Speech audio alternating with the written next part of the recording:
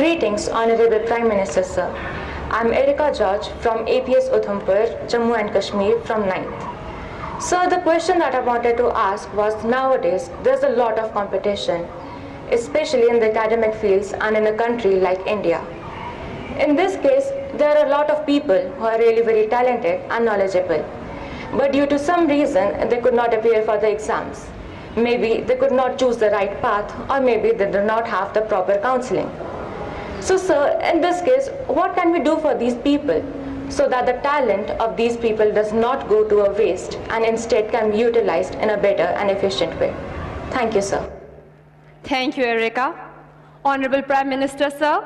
Hari Om Mishra, a class 12 student from Industrial Hub, Gautam Budh Nagar, Uttar Pradesh, is preparing for his board exams and wishes to ask a similar question that has been invited by a competition organized by ZTV. Hari Om, please ask your question. नमस्कार, मेरा नाम हरिओम मिश्रा है और मैं Cambridge school Noida की 12वीं कक्षा का छात्र हूँ। मेरा आज प्रधानमंत्री जी से सवाल है कि जैसा इस साल कॉलेज में एडमिशन की प्रक्रिया में काफ़ी बदलाव लाए गए हैं और इस साल बोर्ड परीक्षा के पैटर्न में भी काफ़ी बदलाव लाए गए हैं, तो इन सारे बदलावों के बीच में हम विद्यार्थी अभी बोर्ड परीक्षा पर ध्यान दें या फिर हम कॉलेज की एडमिशन की प्रक्रिया पर ध्यान दें, हम किस चीज़ को और अपनी तैयारी किस प्रकार करें? Thank you, Hari Om. Honorable Prime Minister, sir. Just like Erika and Hari Om, many students from different parts of the country have expressed their anxiety and concern about whether to focus on studies, competitive exams, board exam preparation, or college admission. We all seek your guidance, Honorable Prime Minister, sir. वैसे दो अलग-अलग प्रकार के सवाल हैं। एक विषय है कंपटीशन का और दूसरा विषय है कि ये एग्जाम दूं या वो एग्जाम दूं, और एक ही समय दो एग्जाम है तो क्या करूं। मैं नहीं मानता हूं कि हमने एग्जाम के लिए पढ़ना चाहिए, गलती वहीं हो जाती है। मैं इस एग्जाम के लिए पढ़ूंगा, फिर मैं इस एग्जाम के लिए पढ़ूंगा, इसका मतलब हुआ कि आप पढ़ नहीं रहे हैं, आप उन जड़ी बूटियों को खोज रहे हैं जो आपका काम आसान कर दें। और शायद इसी के कारण हमारे लिए अलग अलग एग्जाम अलग लगते हैं, कठिन लगते हैं। हकीकत ये है कि जो भी हम पढ़ रहे हैं उसको पूर्ण रूप से हम पूरी तरह उसको आत्मसात करेंगे, फिर वो बोर्ड का एग्जाम है या एंट्रेंस एग्जाम है या जॉब के लिए कोई इंटरव्यू या एग्जाम है, कहीं पर भी हो सकता है एग्जाम।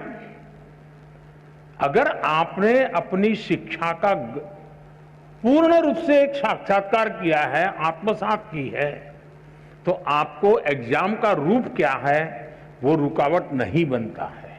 और इसलिए अपने आप को एग्जाम के लिए तैयार करने के दिमाग खपाने के बजाय अपने आप को योग्य शिक्षित व्यक्ति बनाने के लिए, विषय को मास्टर बनने के लिए हम मेहनत करें। फिर परिणाम जो मिलेगा सो मिलेगा। जहां पहली आएगी वो उसको पहले मुकाबला करेंगे, जब दूसरा आएगा दूसरे से मुकाबला करेंगे। लेकिन मुकाबला इसलिए करते हैं कि अब जो मैंने खिलाड़ी आपने देखा होगा, वो खिलाड़ी खेल के अंदर पारंगत होता है, किस लेवल की गेम के लिए खेलना है उसके लिए नहीं करता है मेहनत।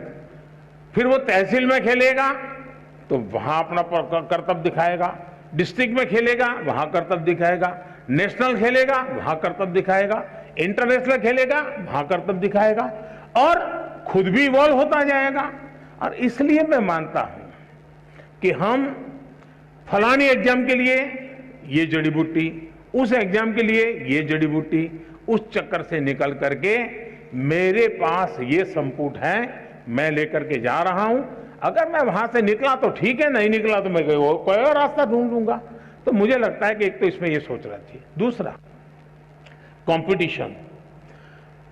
देखिए दोस्तों, कंपटीशन को हम जीवन की सबसे बड़ी सौगात मानना चाहिए।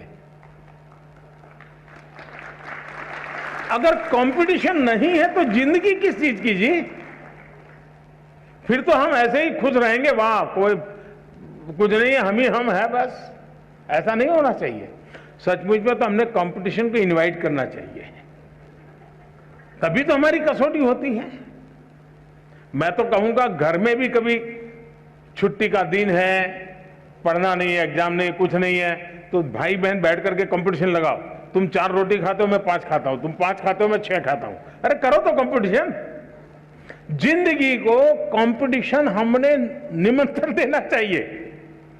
कंपटीशन जिंदगी को आगे बढ़ाने का एक अच्छा माध्यम होता है, जो हमें अपना भी इवैल्यूएशन करने लगता है। दूसरा,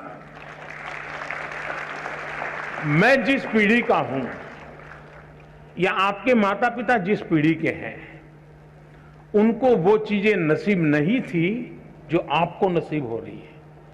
आप उस भाग्यवान जनरेशन में हैं जो भाग्य आपके पहले की किसी भी जनरेशन को इतनी बड़ी मात्रा में कभी नहीं मिला है। और वो है, जैसे कंपटीशन ज्यादा है तो चॉइस भी ज्यादा है, अवसर भी अनेक हैं।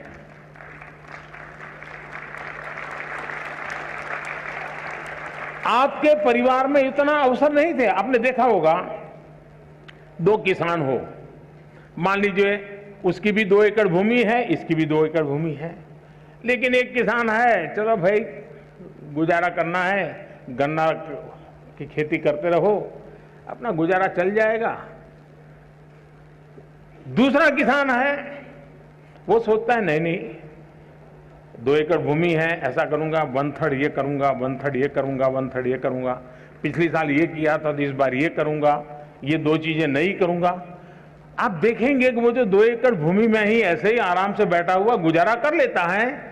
जिंदगी ठहर जाती है। जो रिस्क लेता है, प्रयोग करता है, नई चीज लेता है, नई चीज जोड़ता है, वो इतना आगे बढ़ जाता है कि जिंदगी में कहीं रुकने का नाम नहीं लेता है। वैसा ही हमारे जीवन में है। हमें गर्व करना चाहिए कि हम इतनी स्पर्धा के बीच में अपने आप को प्रूव कर रहे हैं, और हमारे पास अनेक चॉइस है। ये स्पर्धा नहीं तो वो स्पर्धा नहीं तो वो स्पर्धा नहीं तो वो, ये रास्ता नहीं तो ये रास्ता, ये रास्ता नहीं तो ये रास्ता।